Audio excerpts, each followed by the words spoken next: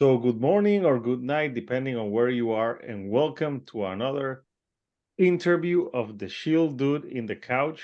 I'm your host, Hector, and today we're gonna be talking to the Louisiana band 99 Summers, and we have three uh, of the people that are in the band. So they're a band from Louisiana, and they play a genre that they're calling voodoo metal. So we have to go further into what voodoo metal is. So first of all, guys, how are you tonight? Oh, doing Good. pretty good. Doing great, Nice. Hector. So awesome. So introduce yourselves. Who's here and what do you do in the band? I'm Big L. I do vocals as well as play rhythm guitar. Nice. And the mask is pretty cool. You always wear the mask when you're playing, right? It depends on the song, but the Big L stands for Big Liberties, so it's give me liberty or give me death. So that's what the mask represents. Okay, nice. So the other people who are here in the call, what do you guys do in the band? Hunter, I'll go first. If that's all right. Yeah. I'm Joshua. I'm the drummer, and on occasion, when we need someone who sounds like a 12-year-old to sing background vocals, I do that as well. On rare occasion, I'll help around here or there on bass or on guitar, but primarily drums. And talking about the mask question, I believe for live shows we intend to wear the masks pretty much all the time on stage, unless somebody wants to correct me on that.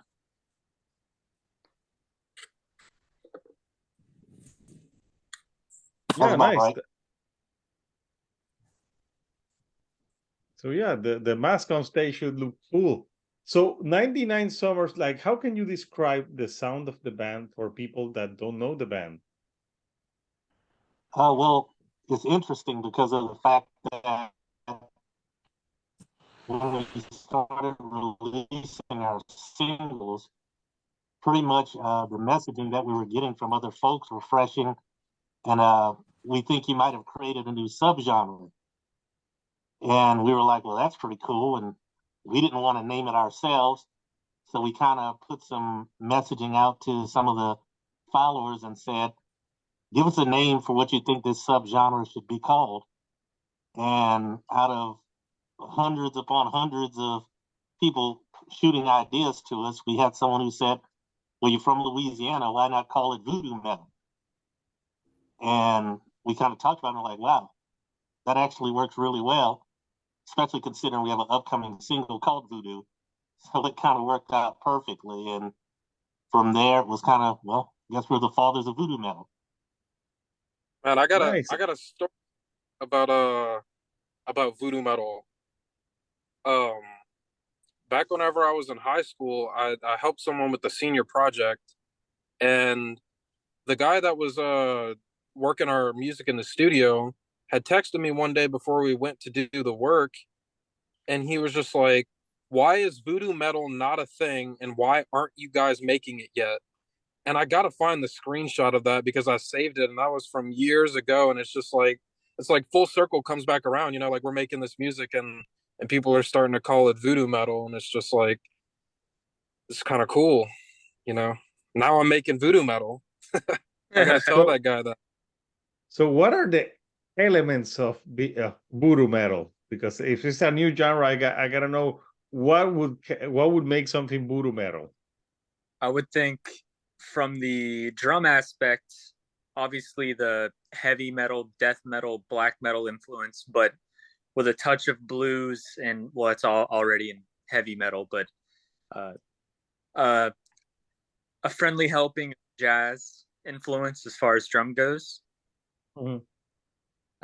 It's a big part of New Orleans culture, and all three of us grew up within close proximity to New Orleans, and all having spent some time there. I feel like it's been an impact on all of our lives, but for me, I would say jazz influence as well as the metal.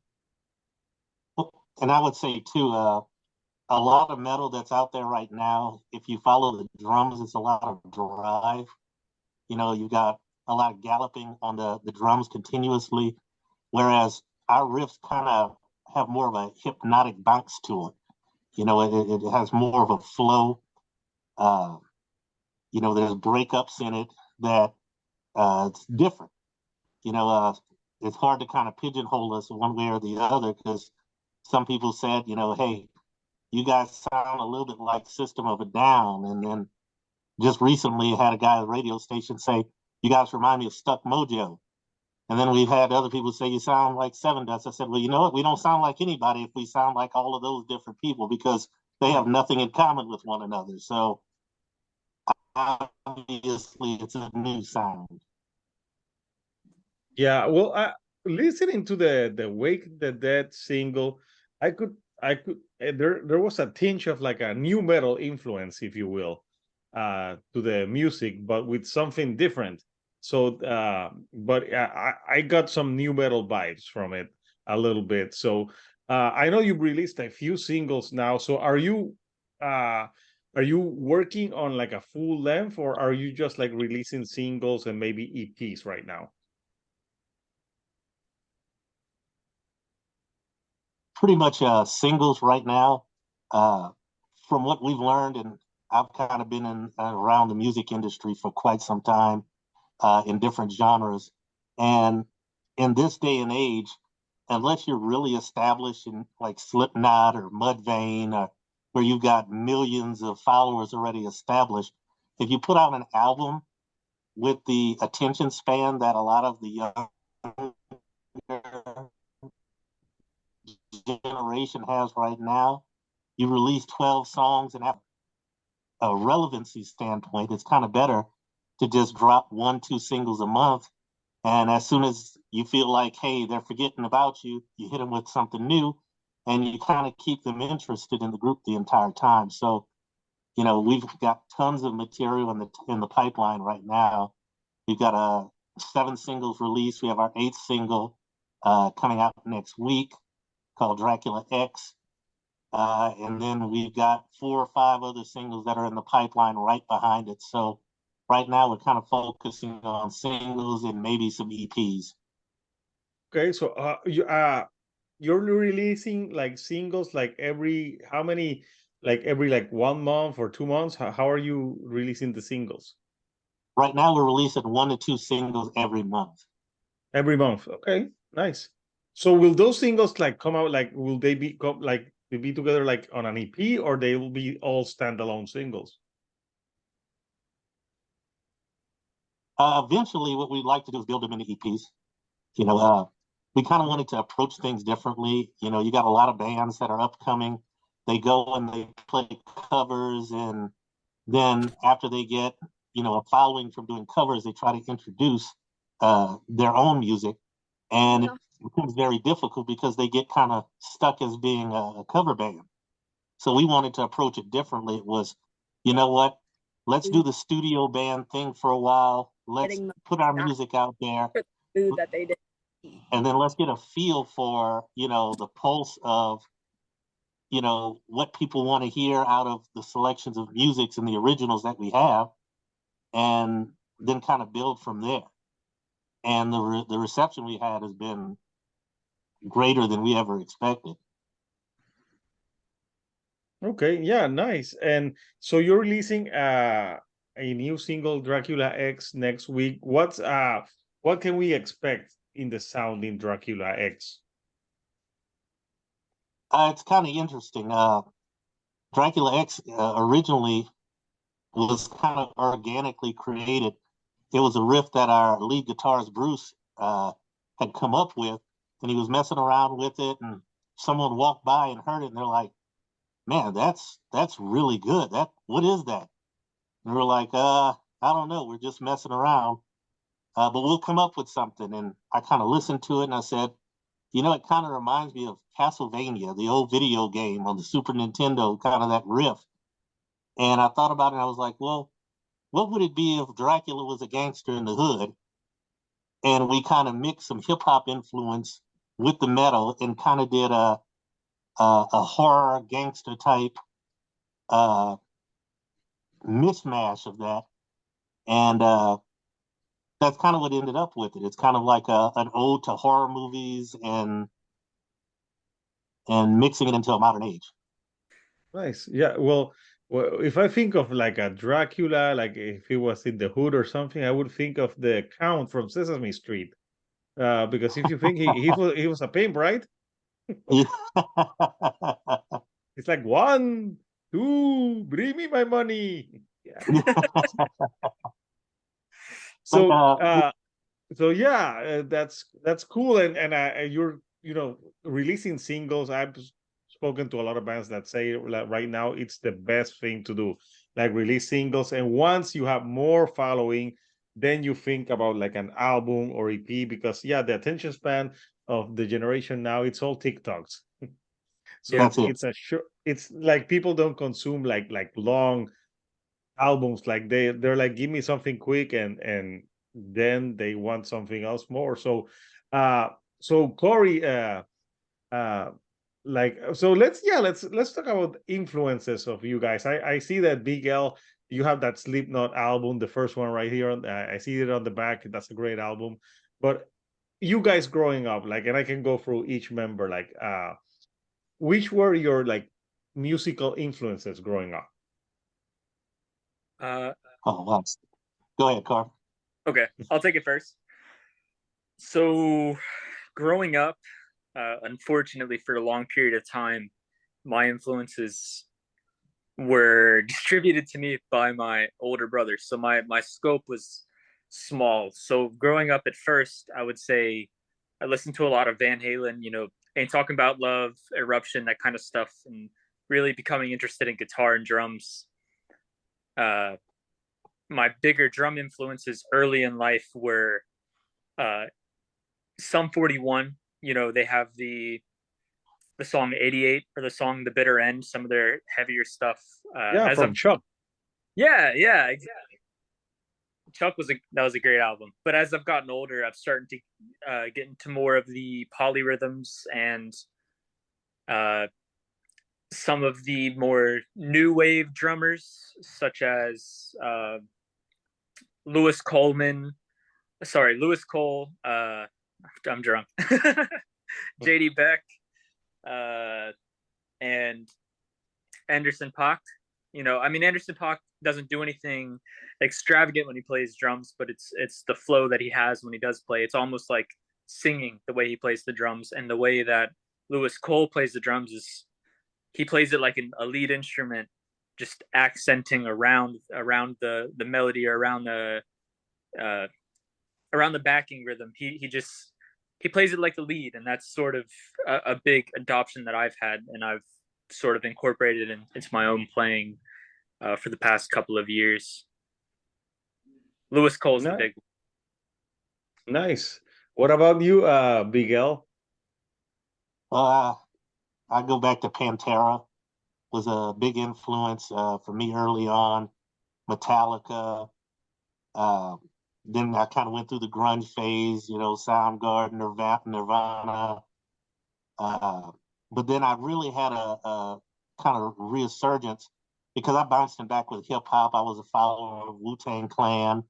Here in Louisiana, we had No Limit with Master P. And then I kind of, once 2000 hit, man, and Slipknot came out, Mudvayne, I was kind of all over the place, some alternative with Evans Blue, a lot of Oddballs Clutch, Acid Bath. It's pretty eclectic in terms of my different influences. As far as my writing went, I was a big Corey Taylor fan. Vermilion Part 2 had some of the most amazing visual lyrics that, I had ever heard, and I was just drawn into that. And then around 06, I got introduced to Five Finger Death Punch and, Yvonne Moody, who was another really good lyricist, that was really focused on trying to tell a real story in the lyrics.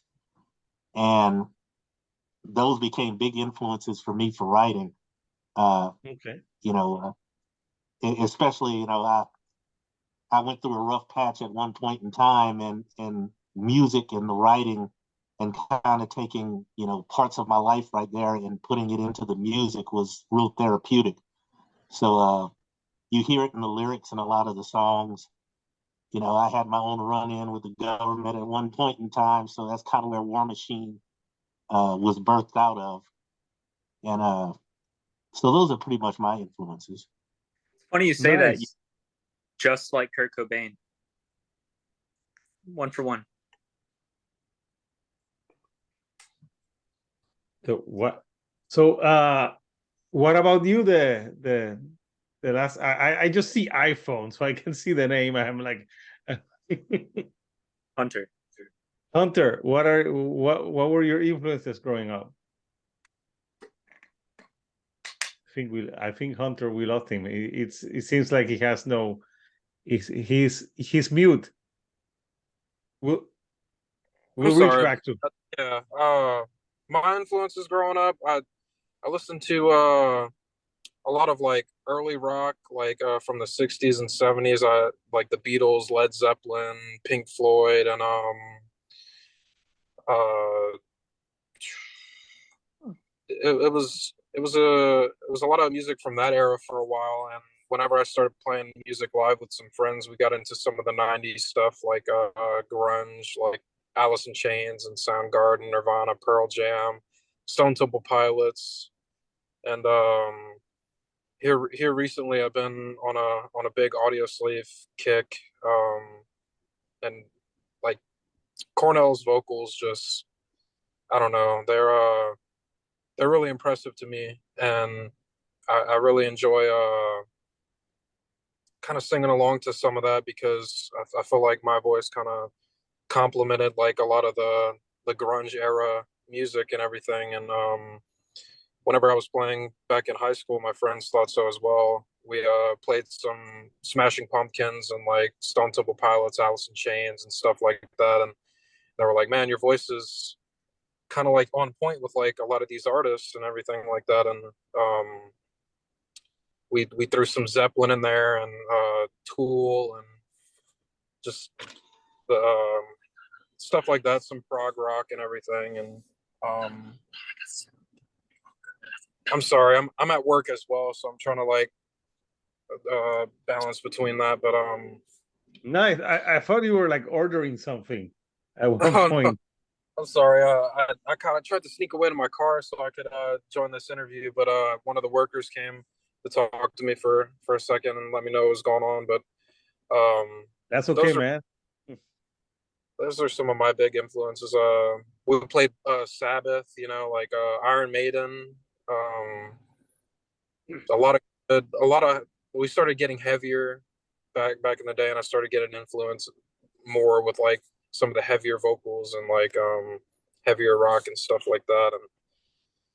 And yeah, it's just been Nice. it's been And I noticed that in some of the songs, there's some.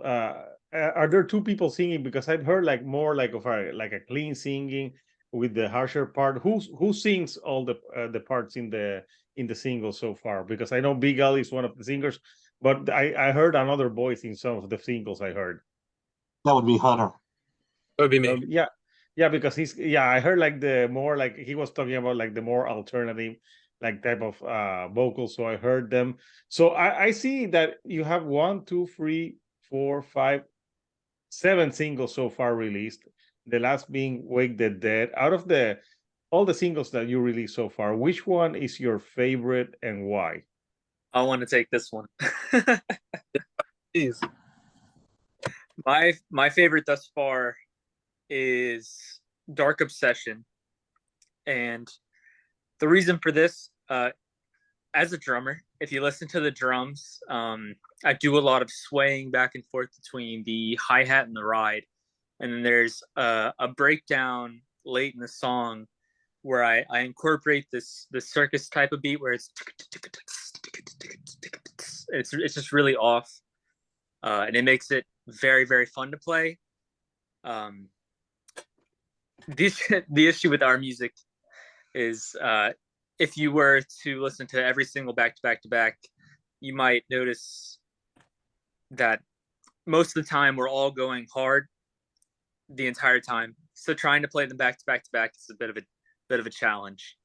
But I think one of the ones where we all really get loud and really go hard is Dark Obsession.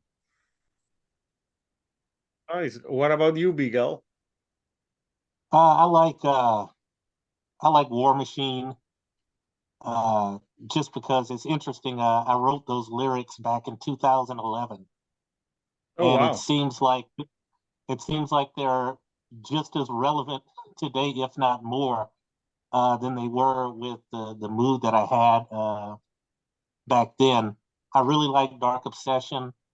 Uh, it's interesting because that song came about with me in a relationship that had gone bad, and I was trying to actually write a letter to make up for my part in the breakup. And the other individual was basically like, I hope you die. So I crumpled up the letter that I was going to send out and threw it on the floor. And that night I kind of woke up, I saw it, and the thought came to mind and it became the lyrics. I took out a pad and I wrote, I'd do anything to tear you from these crumpled pages. I'd give anything to wipe you from my dreams. Someone catch me when I'm falling to an endless bottom, because no one hears the screams. No one hears my screams. And that entire song was basically uh, built off of everything I wanted to tell that individual. You know, after switching modes from what I was going to write in the letter to how I felt after they had kind of really twisted the knife in my back at that point. So it has a lot of meaning for me in there. Uh, I really like Melancholy as well. Melancholy is really neat. It's kind of a departure away from some of the other things that we were doing. Uh, and it's Melancholy was kind of cool because we actually recorded in a studio with a world famous keyboardist named Steve Smith. And we were like, man, there's just something missing from this song.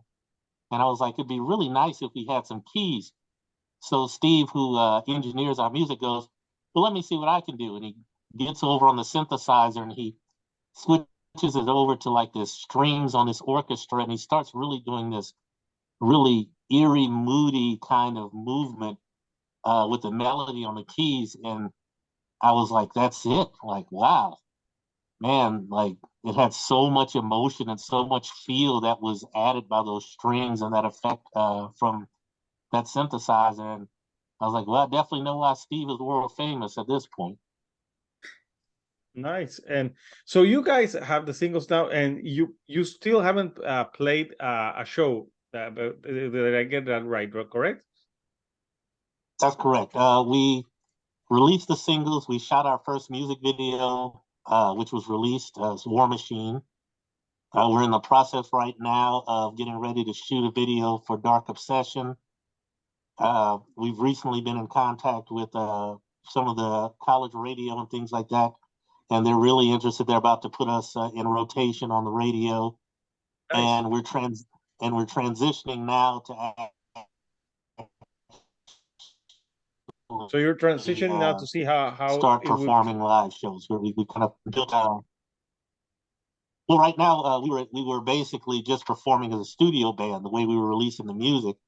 And you know, performances are different. You know, we've all performed in other bands before, so we're all pretty experienced musicians.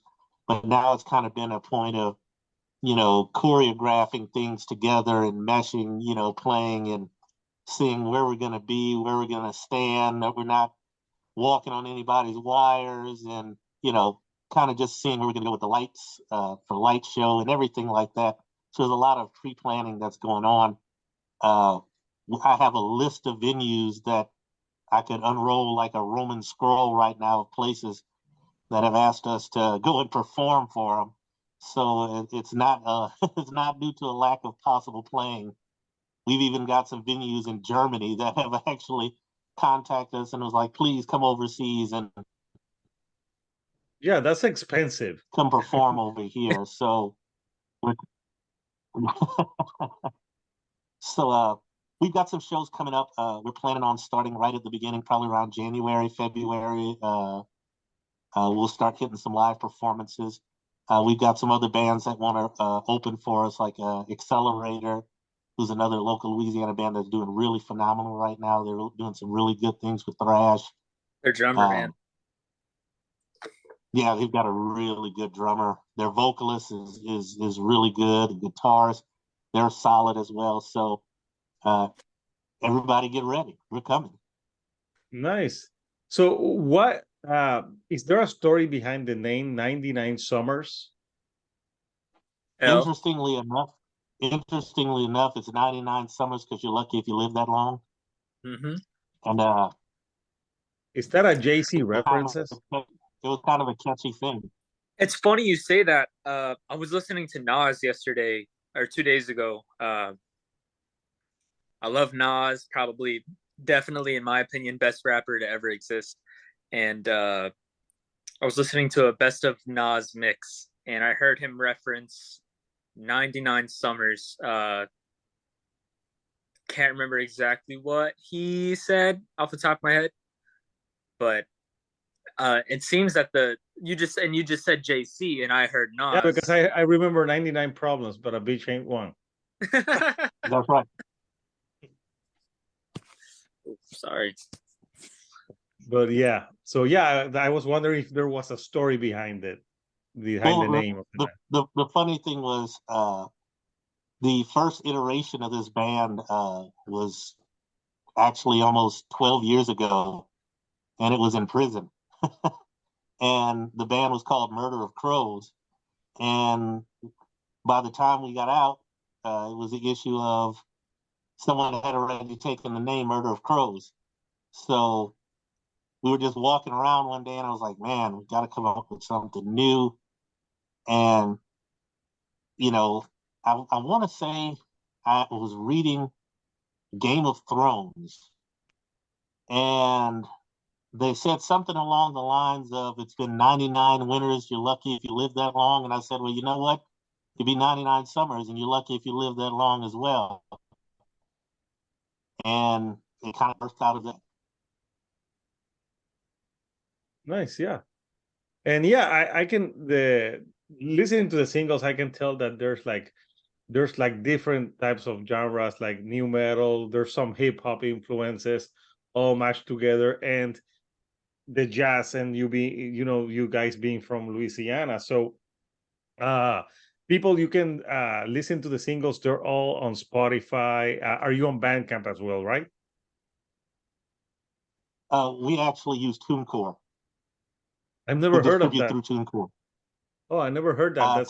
I never heard of that one. That's new. TuneCore is actually the biggest one out of all of them. Oh, really? Jay-Z, yes, Jay-Z and some other major artists also distribute using TuneCore. They're a little more costly to distribute through, but I find that they're connected with everybody. You know, when we distribute them, they handle the UPC, the ISRC encodings, and we're on Apple Music, Pandora, YouTube, TikTok, Spotify, YT Music. I mean, Shazam, stuff in Japanese and in Czechoslovakian and all kinds of other places that we have no idea what it's going to, but they do a really good job of distributing. Nice. But you pretty much got Bandcamp, DistroKid, and then TuneCore. Okay, yeah, I haven't heard about TuneCore, so this is the first time I hear that. So guys, it's been nice chatting to you about the band and about the upcoming single. So you have the Dracula X, and then you have the Voodoo single that you were mentioning, right? Yes, we have Dracula X that's going to be followed with Voodoo, and then we have another single called Happens in a Blink, where we have a rapper out of Dallas named SBET that actually collaborated with us on that one. So Happens in a Blink is going to be really interesting and really neat as well. Shout out to SBET in Dallas. Nice. And we can expect them like in the coming weeks, every like every month, like 2 singles should be releasing. So we'll get this those singles before the year ends, probably, right? Absolutely. Nice. Absolutely. Well, anything you guys would like to say to people who are watching this video, and to get to, anything, to the fans or people that don't know 99 Summers? I'd like to say something. I'm really glad to be a part of this whole project and everything. And anyone who's listening and is enjoying the music and everything, I hope it speaks out to you guys, and I hope y'all are really enjoying what we're doing, because I'm having a lot of fun with this, and I'm glad to be a part of this project. Nice. Thanks, Hunter. What about Big L and what do you guys would like to say to the fans or the people? So I would say, do what the fuck you want to do. Just listen to our music while you're doing it. Oh yeah. Okay, legal stuff, please. Well, yes, yeah. Do whatever you want to do that is legal while listening to our music. I don't know, Nice. man. Stick it to the man. Listen to us while you're sticking it to the man. That works too. Yeah. As long as you're clicking, as long as you're streaming, we're gonna be here because we enjoy doing what we do, and we couldn't be here doing it without the followers, the fans, and the support that we've had along the way. And expect big things from us, man. We're not going anywhere, and we've got a lot of stuff in the pipeline that I think folks are gonna enjoy. So just keep listening, keep clicking, man, and we'll be one big happy condemned family. Nice. So I'll put the link so people can go and check out the bands, check out the singles, and best of luck to you guys with the upcoming singles, and hopefully more people can get into the band. And it should be interesting seeing you guys live, because with the masking, I don't know, I think it's gonna be an interesting blend of music, because every single has like something different. So yeah, I found that interesting. So people, 99 Summers, a new band, check them out. Stream their songs. Wake the Dead is the last one, but they have a new one coming up soon, so be on the lookout for that. So until next time, people, this is Hector, the Shield on a Couch, and I'll see you all right here on the couch. Thank you and good night.